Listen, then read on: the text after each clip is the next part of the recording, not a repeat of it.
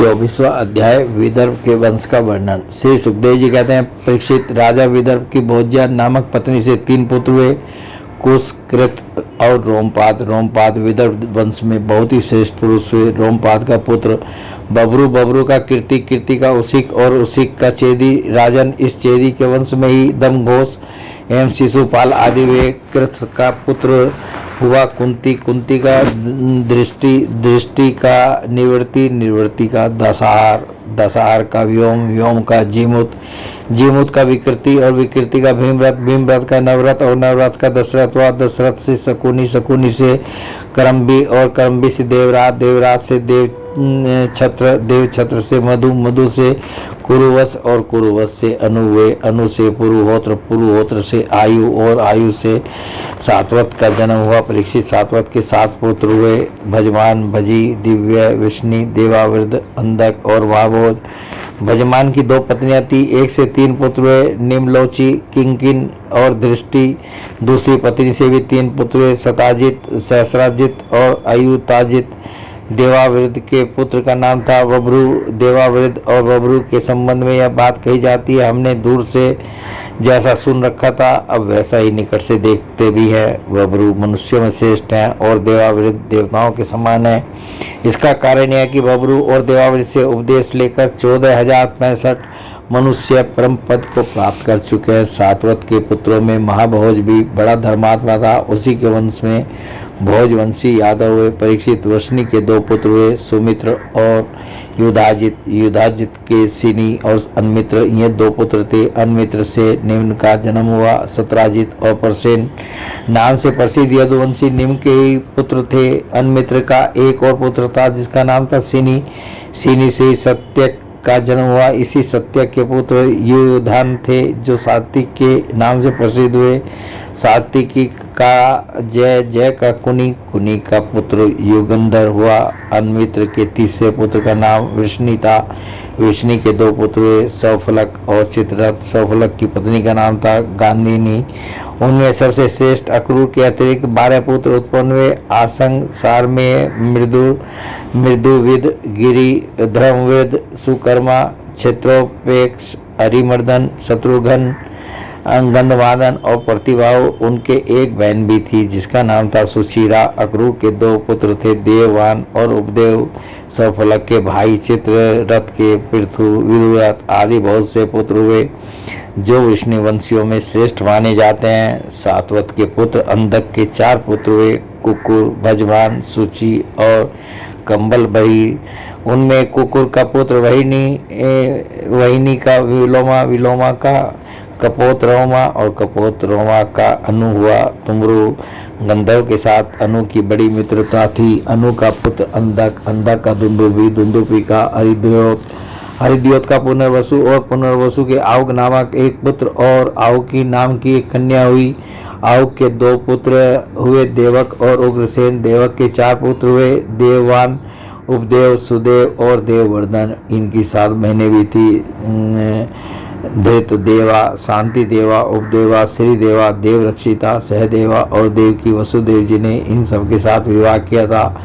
उग्रसेन के 9 लड़के थे, कंस, सुनामा, न्योग्रोध, कंक, शंकु, सुहु, राष्ट्रपाल, सृष्टि और तुष्टिमान। उग्रसेन के 5 कन्याएं भी थी, कंसा, कंसवती, कंका, सुरभु और राष्ट्रपालिका। इनका विवाह देवभाग आदि वसुदेव जी के छोटे भाइयों से हुआ था। चित्ररथ के पुत्र विदुरथ से सूर, सूर से भजमान, भजमान से सिनी, सिनी से सव्यम भोज और सव्यम भोज से हरदीक हुए। हरदीक से 3 पुत्र हुए, देवबाहु, सतधनवा और कीर्तवर्मा। देवमूढ़ के पुत्र सूर की पत्नी का नाम था मारीशा। उन्होंने उसके गर्भ से 10 निष्पाप पुत्र उत्पन्न किए। वसुदेव, देवभाग, देवशर्वा, आनक, संजय, श्यामक, कंक, समीक, वत्सक और वैक, ये सबके सब बड़े पुण्यात्मा थे।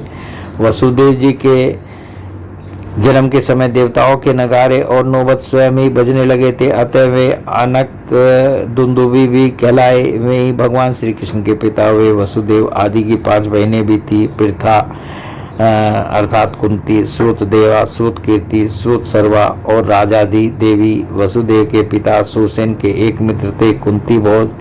कुंती भोज के कोई संतान नहीं थी, इसलिए सूरसेन ने उन्हें पृथा नाम की अपनी सबसे बड़ी कन्या गोद दे दी। पृथा ने दुर्वासा ऋषि को प्रसन्न करके उनसे देवताओं को बुलाने की विद्या सीख ली। एक दिन उस विद्या के प्रभाव की परीक्षा लेने के लिए पृथा ने परम पवित्र भगवान सूर्य का आह्वान किया। उसी समय भगवान सूर्य वहां आ पहुंचे। उन्हें देखकर कुंती का हृदय विस्मय से भर गया। उसने कहा, भगवान मुझे क्षमा कीजिए, मैंने तो परीक्षा करने के लिए ही इस विद्या का प्रयोग किया था। अब आप पधार सकते हैं। सूर्यदेव ने कहा, देवी मेरा दर्शन निष्फल नहीं हो सकता, इसलिए हे सुंदरी, अब मैं तुझसे एक पुत्र उत्पन्न करना चाहता हूँ। हाँ अवश्य, तुम्हारी योनि दूषित न हो, इसका उपाय मैं कर दूंगा। यह कहकर भगवान सूर्य ने गर्भ स्थापित कर दिया और इसके बाद वे स्वर्ग चले गए।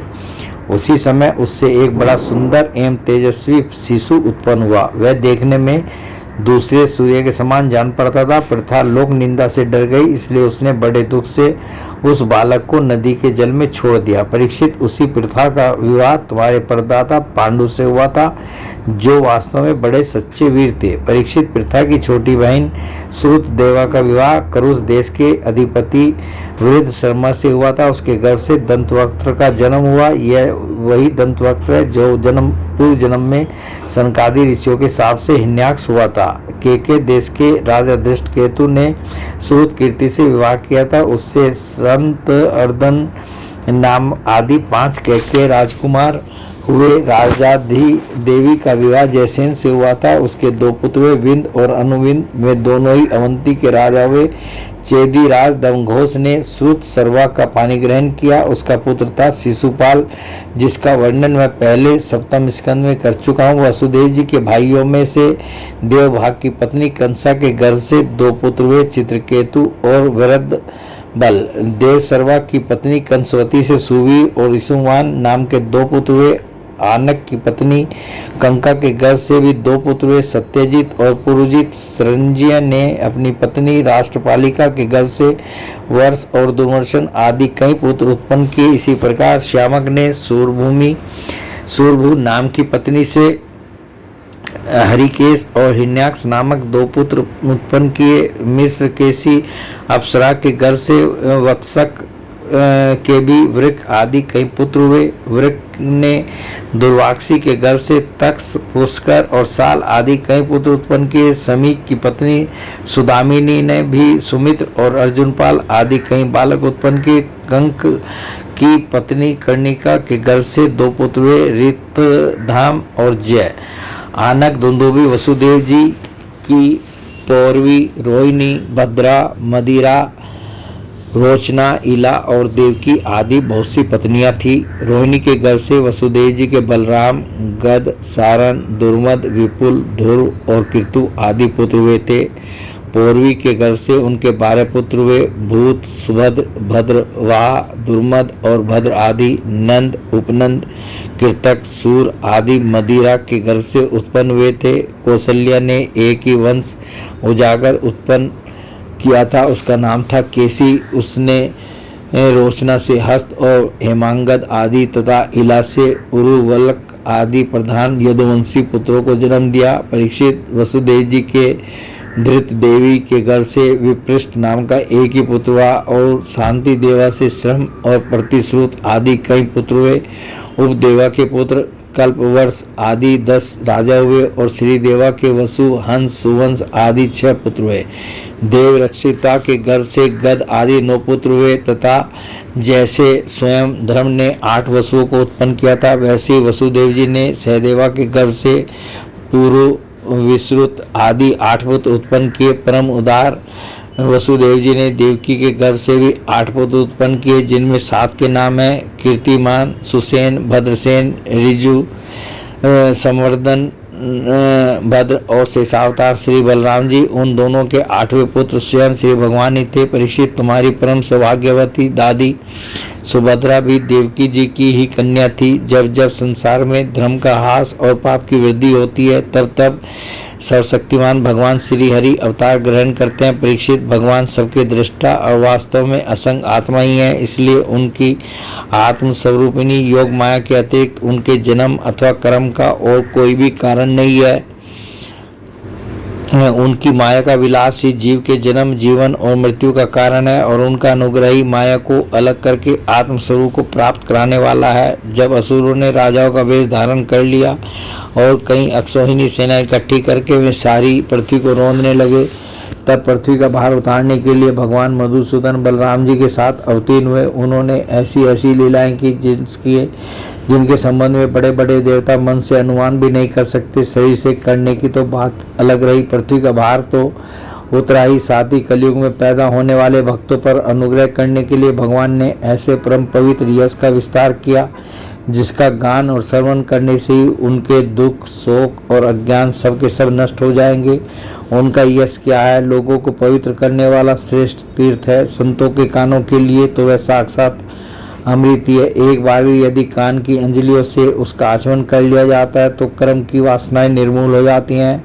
परीक्षित, भोज, वृष्णि, अंधक, मधु, सूरसेन, दशार, कुरु, संजय और पांडुवंशी वीर निरंतर भगवान की लीलाओं की आदरपूर्वक सराहना करते रहते थे।